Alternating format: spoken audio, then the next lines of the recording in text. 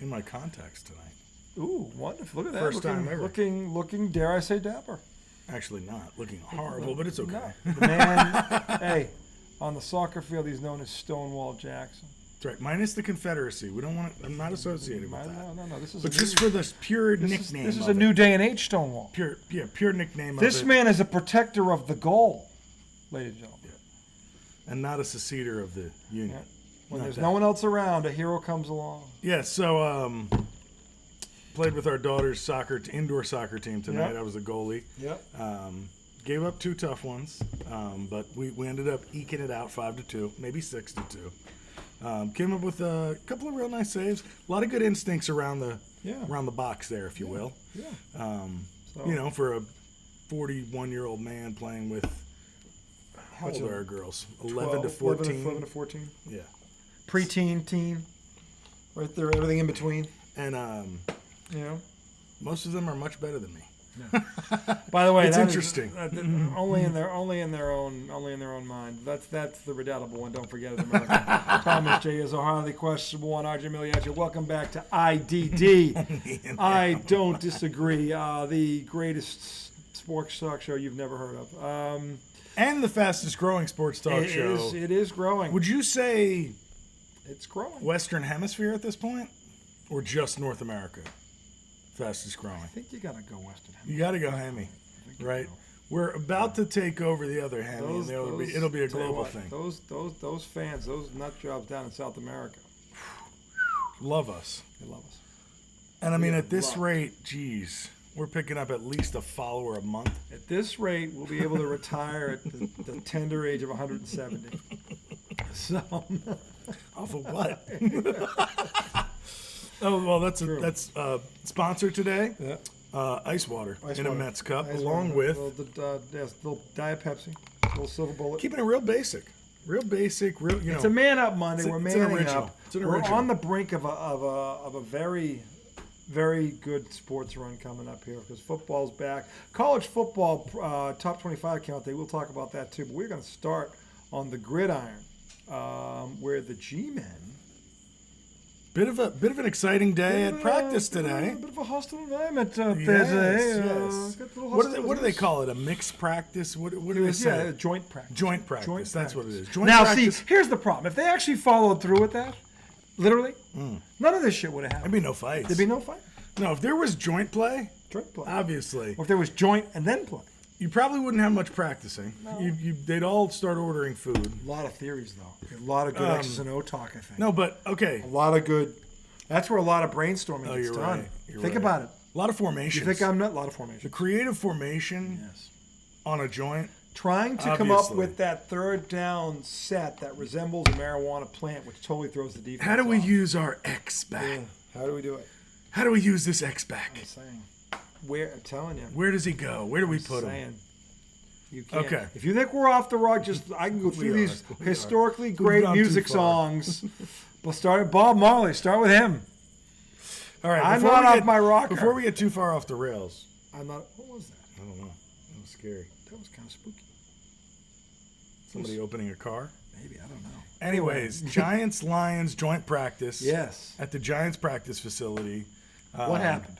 What was first? There was 3 fights. 3 skirmishes, America. The first fight, the Lions hit one of our receivers coming across the middle, helmet to helmet, popped his helmet off. Yeah. And that, I think, is what turned up the volume a little bit. Yeah.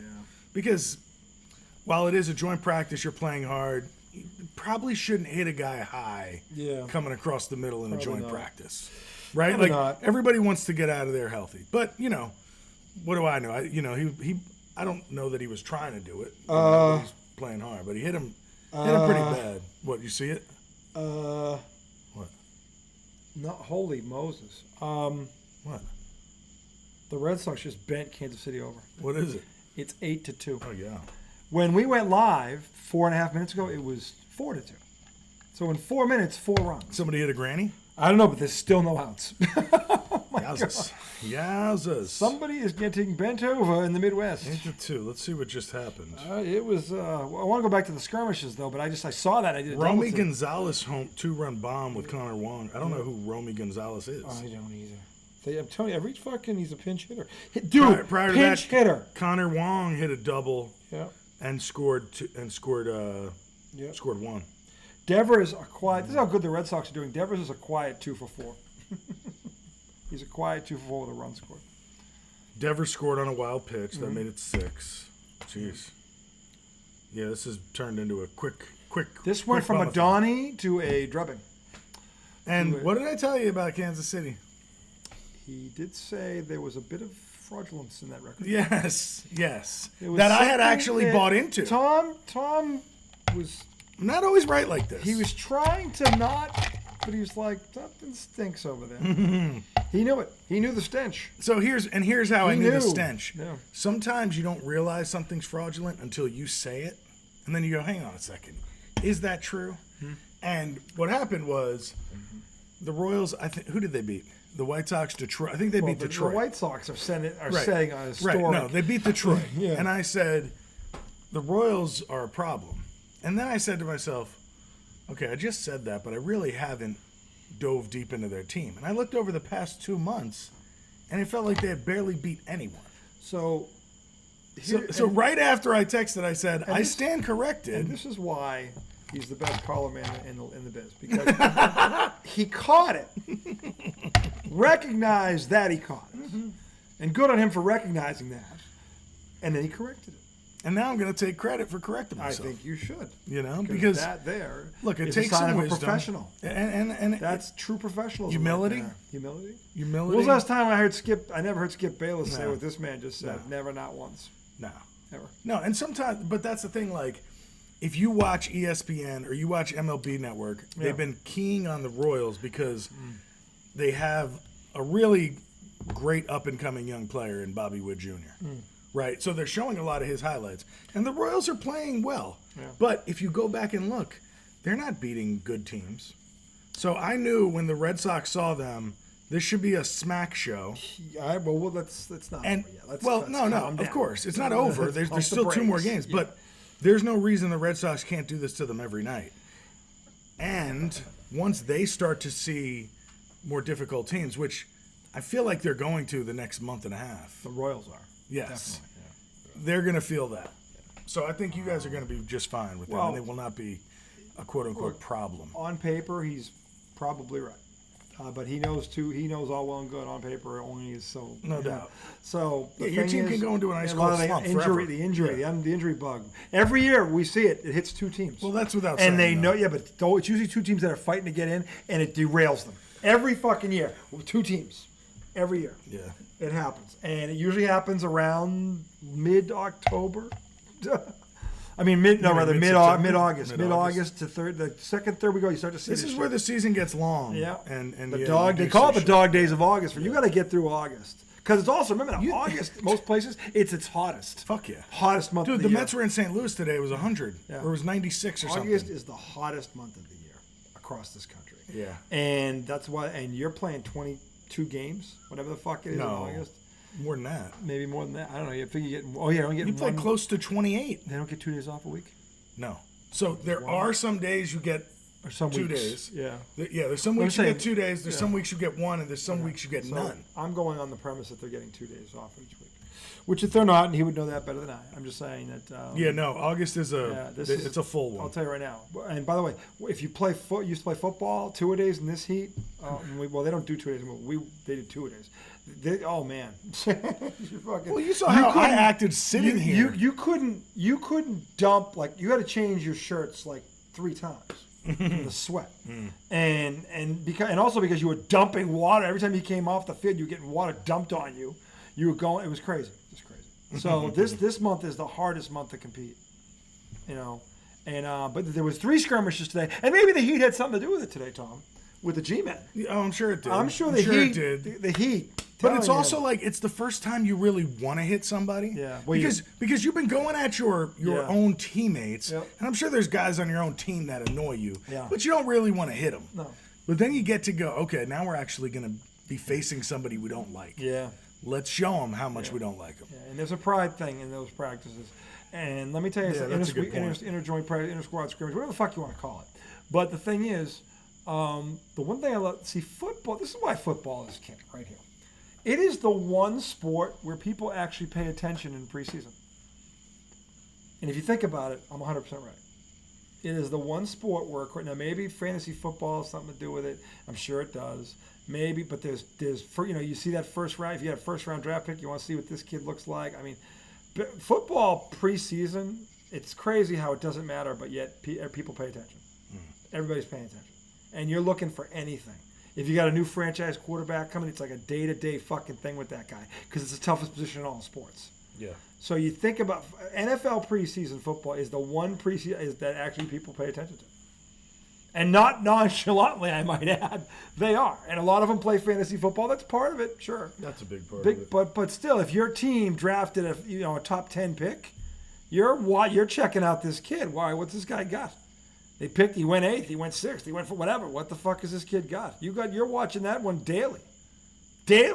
So there's a lot of reasons. I'm telling you, for NFL, the Hall of Fame game, you have these Hall of Fame inductees going. That's fucking awesome. I mean, dude, it's the best of the 4 sports. It really is.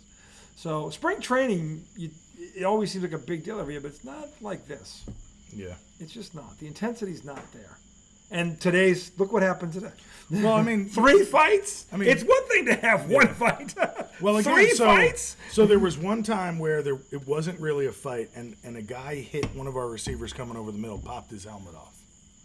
Helmet to helmet on a. Oh, that's that you can't. Coming across the middle. Yeah. So I think to me that set the tone. Yeah. It was then after that there was a fight, and it was pretty cool because somebody was standing over top of one of our guys. Yeah. But there was a bunch of guys around. Yeah. Daniel Jones ran in there and pushed the guy who was standing over our guy. Leader. Now, of course, he ends up somebody goes in there and pulls him out. Yeah. The quarterback. Get out of here doing. Get out of here. It was you again. But a lot of people are like, oh, he won the locker room over with that. Like, he seems more confident. So, I got news for you. That's real shit. It could be. It's real shit. I know. It's real shit. But everybody nobody's ever questioned this guy's toughness. I know. Toughness. But when you see him in the first fucking practice, he comes out. No, you're not fucking doing that shit here. Yeah, that's cool. No, I'm telling you right now. And that's genuine because that's who he is. Yeah. That is who he is. He's tough. He's that dude. And he's a teammate. That's not an act. But the things I really liked, I think there was a deep ball to Slayton, Neighbors, and Hyatt. Telling you, all 3 of our threats. I'm telling you, when you have a real one, those 2s and 3s all of a sudden look real sexy because you have a legit one, and then you got 2 guys like that who were solid already, but now they're going to look better because this dude. I'm telling you, this is what a true one does to an offense. Yeah, hope so. I'm telling you, it's true. So, but the thing is, 3 fights. That's awesome. First, fuck you. Yeah, and I was watching the videos on Twitter, because these are like open practices, so people go. Oh, yeah, ESPN's going to have a highlight on one of these skirm. I guarantee there's a camera on. I was seeing it all over Twitter, but a lot of that was people's phones, ESPN's going to have a shot on this. So, and every time, as soon as it was about to start, people start going, fight, fight, fight. Like, literally, the crowd was wanting it. I'm telling you. Yeah, you do. You like to see it. Fight, football. Fight. Dude, I'm telling you, for NFL preseason, you don't see that shit. That kind of emotion, you just don't. And look, it's a different there's sport. No other sport where you're hitting like that. That's the thing. It's the only, hockey is. But these guys are so much bigger than hockey. When they hit, hear it half a mile down the road. Preseason hockey, is that rough? It is. Oh, yeah. But it's not, it's not full speed hockey, though? Well, they're keeping their studs out of it as much as possible. Yeah. They play in the preseason, but it's sparing. Because, again, it's a collision sport. Oh, man. It's another one of those sports where it's like, if this doesn't matter, you shouldn't play in it. Yeah, that's right. True. He's right. Because they're right. But they do tune them up. They play a couple. Have to. You got to do it a little But they'll play like the 3rd preseason game and the 5th preseason. Not like every one of the 6 preseason. They'll play 2 or 3 times. So, which they should do, okay?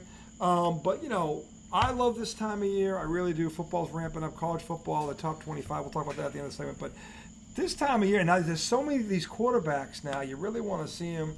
I talked about the other night how Drake May was showing some improvement. He took a step back today. Did he? Yeah, he did. What happened? Was it a joint practice or normal? Nah, tomorrow. Actually, no, because they're playing Thursday night, so they're not doing. Next week is the Eagles come in. Philly will be next week. The Giants play the Lions this Thursday. Yeah, that'll be And the Pats are playing the Panthers. But the thing is, so what happened to May today? Well, look. we shouldn't even be following it this closely Well, no, because when you're just, the third pick in the draft, I this is know. what happens. And again, this is the team that pushed Tom Brady out the door, and then they destroy Mac Jones. You think people don't have eyes on this? Mac Jones made the Pro Bowl as a rookie. You know how many quarterbacks do that as a rookie? And he had no fucking number one receiver. And the supposed greatest coach of all time then systematically destroyed him in front of the world. Okay? Which cost him his own job. You think they're not watching this? Oh, the fucking A, they're watching. And here's the kudos to the Patriots. They're not rushing this kid. And they shouldn't rush this kid because, quite honestly, he shouldn't have been the third pick in the draft. And if you watch what I'm watching, you would agree with me. It's got nothing to do with his age. Okay? He is not ready. Well, there's no need to rush it. You don't have to rush it. But there are people up there, and the meat puppets I call them the meat puppets because between the years there's not. They just throw out whatever's going to get ratings. And they know what they're doing. They're not that stupid. But with a defense like that and Jacoby Brissett, you could be a wild card team. If they had one legitimate one, because they got a legit running back, the tight end's good. Yeah. If they had one legit one, yes. And then here's what's coming. So you think out. without that they can't be a wild card team? I didn't say that. But it's tougher. It's going to be tougher. Yeah. If they have that guy, it's just easier. Yeah. It just is. It's harder to miss the playoffs when you have that guy. Yeah. That's why the Raiders fucking fired McDaniels. Like you can't have that dude Devontae Adams on your roster and miss the playoffs. I'm sorry, no. So the thing is, not in the passing. They've had an offense for years over there. They can't stop a nosebleed. You got Jacobs at the back. The Raiders haven't had a defense in I don't know how long. And they've always had a couple of studs. Yeah. But they've never had a defense. Yeah, they pick up stars, Yeah. but it doesn't translate to a They good don't team. build around them the right way. Yeah. Again, there's a fine line. There's a balance. You got to find out where it is. The Patriots went too far one way, and they had Tom Brady and got away with it. You can't do that. If you go too far one way and not the other, you're going to lose because of it. You can't go all offense either. The Raiders are proof of that. Yeah.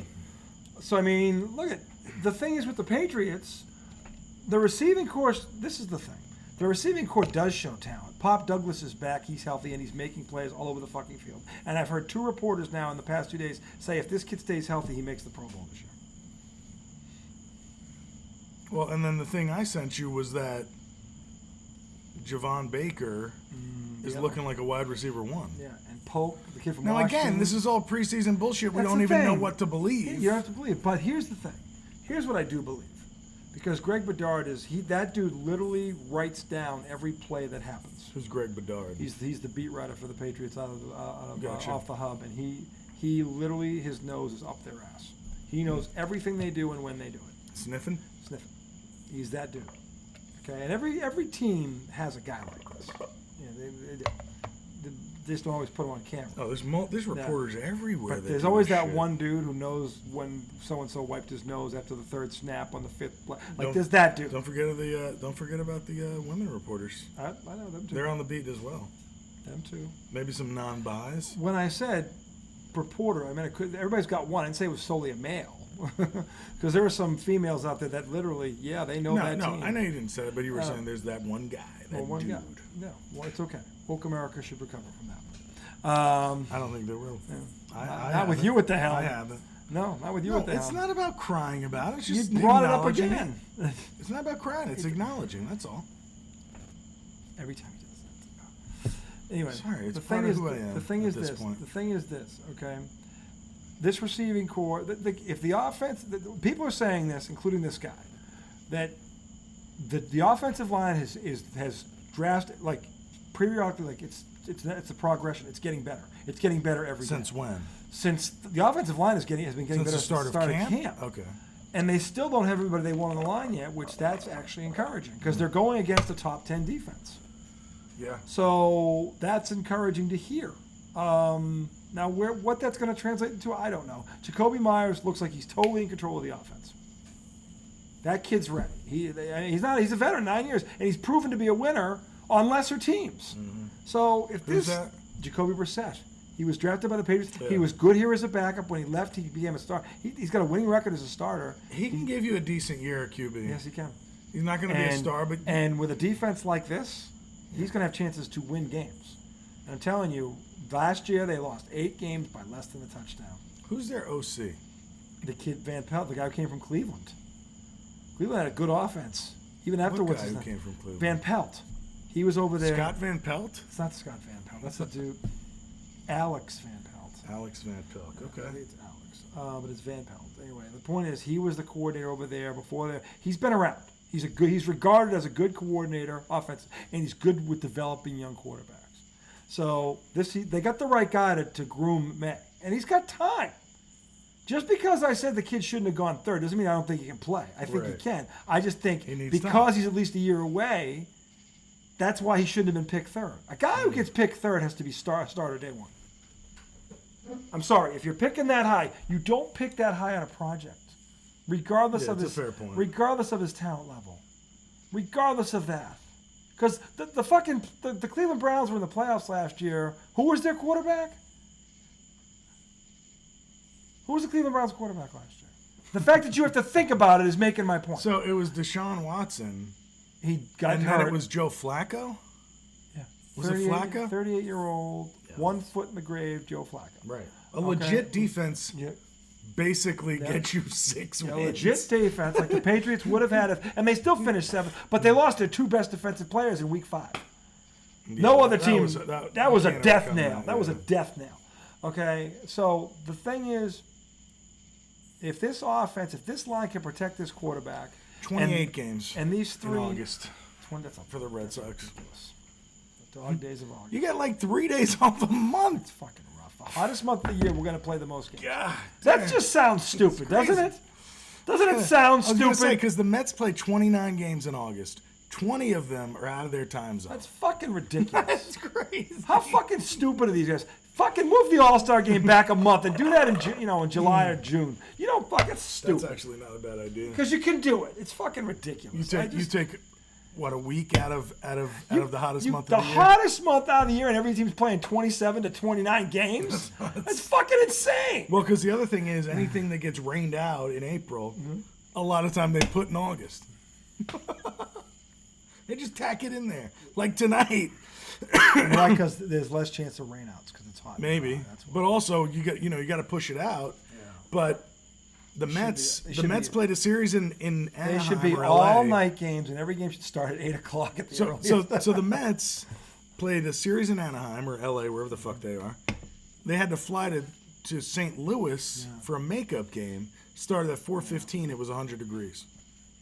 Every fucking game that's played. Now they got to go to Colorado. Every game that's played in August should be a night game and shouldn't start before 8 o'clock. And they could do it. But then you got to think about travel. Like today, but they got to get to sleep in. They started at 4:15. Yeah. So that they could get out a little earlier to get to Colorado, which was nice of the Cardinals. If you're starting at 8:15 every night, you're still gonna get to sleep all day. You will. You will. Dude, they get to the park early. They get to the park 7 hours before the game. To do what? Fuck? You look at video. What the fuck takes 7? Dude, you don't think players do that? I'm not saying you shouldn't go before the game, but basketball players go like 2 hours before the game. Yeah, you guys aren't committed. Football players go 3. You're saying 7? What the fuck in baseball is so complicated that you got to be there 7 hours before the fucking game? I think on a night game, people probably get there 1, maybe 2 o'clock. That's fucking ludicrous. You think they just show up for 4 hours and go home? No, I think they show up 2 hours or maybe 3 hours before the game. That makes sense. 7 does not. Let's see if I can find a 7 stat. is fucking insane. I think if you're showing up 7 hours, you better be the best team. I think for a night game, you show up to the park around 1, 2 p.m. So that'd be 5 to 6 hours before the game. Why? You gotta This is some like football where you gotta ramp up. But this is a skill. You really have to understand the opponent in a different way. In hitting wise, you have to understand exactly what that pitcher does. You got to study the videos. This does not take 7 fucking hours to do. You're trying to wow. How early do baseball? Tom has a giant shovel. He's standing knee deep in a shit swamp, and he's just throwing it all over the place. Why? You don't think players do this? I'm not. I'm saying they shouldn't do it. They guarantee you they do. Insane. If a baseball player is showing up 7 hours before the game, and he's doing what the fuck could you possibly do in that sport that's going to take 7 hours to do?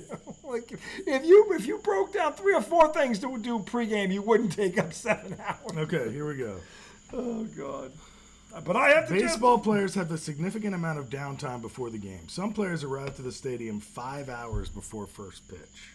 While coaches show up even earlier, sometimes 7 hours before night games. That's Belichick does that shit. I get that. Coaches are nuts like that. Oh, look at this. Coaches are nuts like that. And I get why. Because they're thinking, coaches by nature are paranoid. They're thinking of everything. They're thinking of the toilets exploding in the 5th inning. Like, what if the toilets explode in the 5th inning? What do we do? Like, they think of shit like that.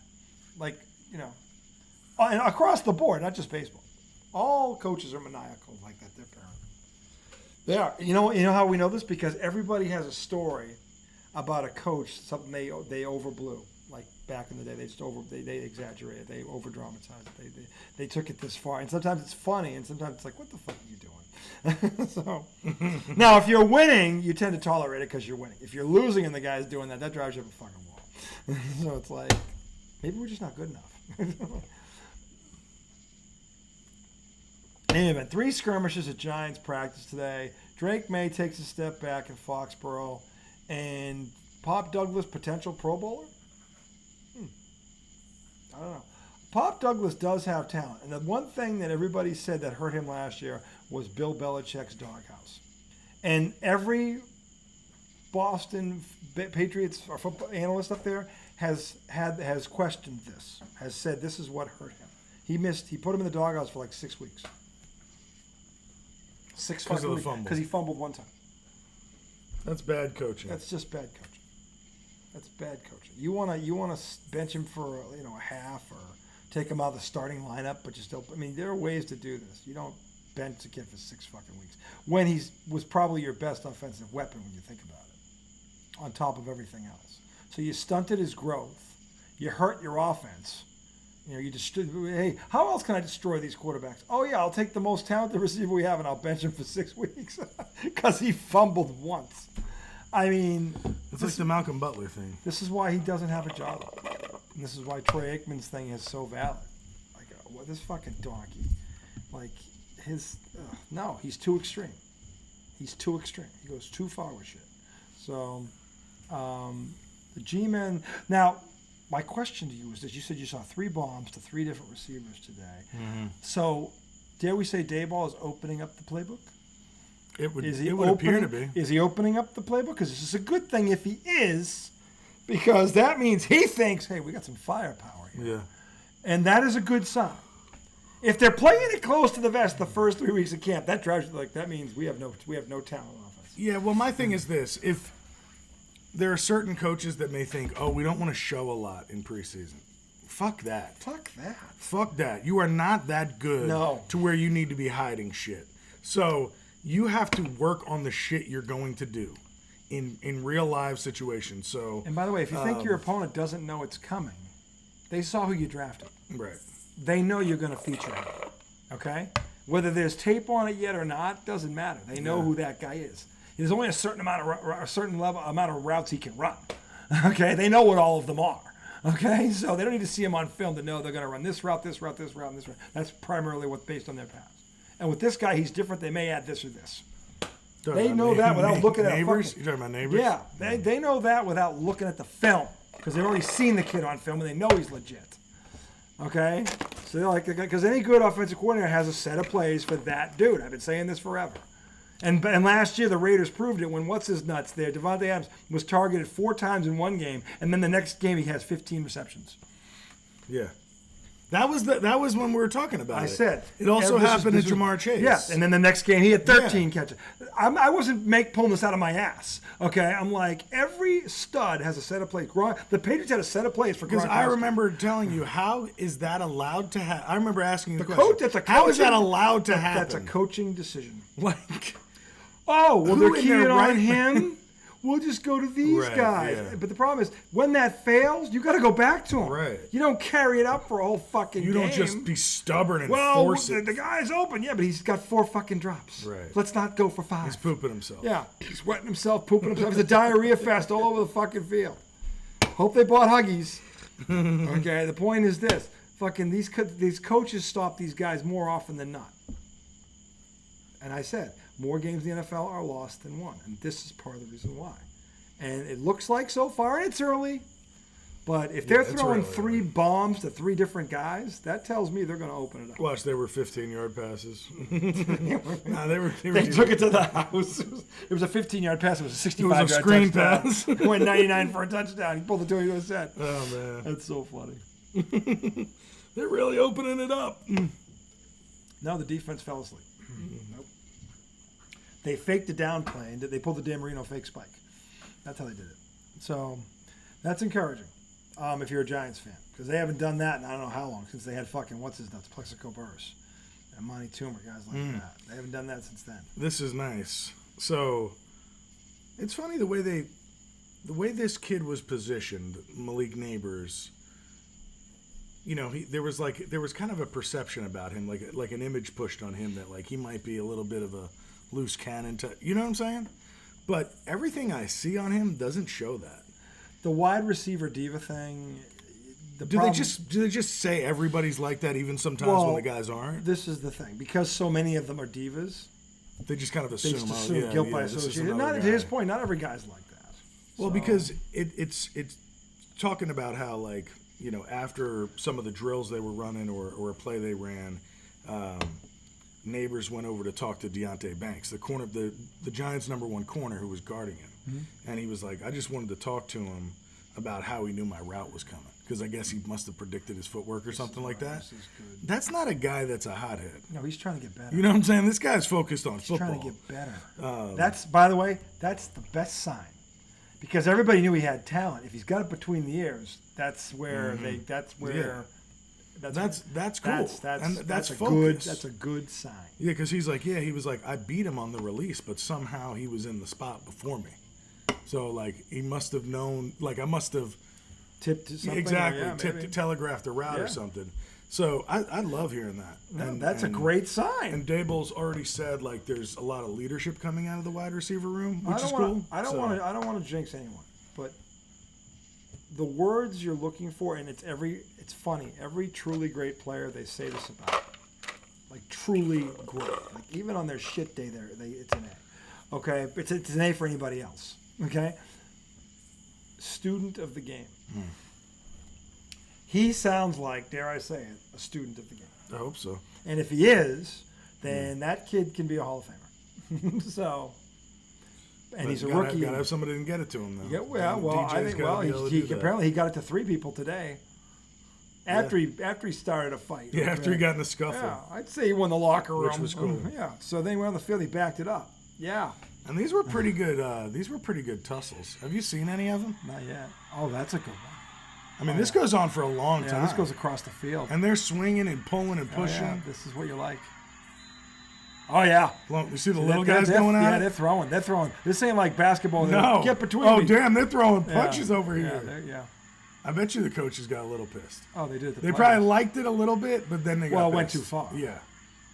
Probably because they let it go a little too far. But, I mean, if you're a fan, it's got to be entertaining. As a coach, if you're trying to go, how far do we let it go? I'll give it a second. You know somebody, there's always an idiot that crosses the line and, like, hurts somebody. You got to be careful for that, because you don't want that. There's a donkey on every side. Right. That's the kind of fight where you got to be able to, at some point, go, all right, let's stop. That's the guy that takes it too far. Yeah. And by the way, he probably wasn't involved in it directly either. He just saw it and jumped on the pile. So, runs rampant in the NFL. Every team's got a donkey like that. Trust me.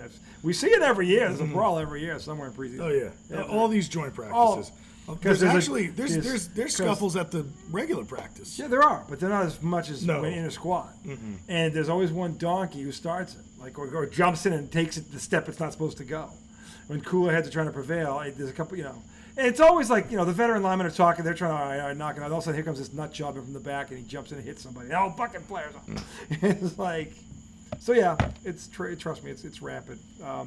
But I like seeing that kind of fire out of them, out of their quarterback, and then he goes out and he drops 3 dimes down the field. Yeah. 3 long-distance calls, if you will. A dime. Maybe it was a quarter. Maybe he dropped a quarter. $1.75. No, I think he might have dropped a half a dollar. A fitty? Half a dollar. A fitty. 50 cent piece. 50 cent piece. A little JFK head. There you go. Wasn't it JFK on the 50? Yes. No, 50 cent? 25.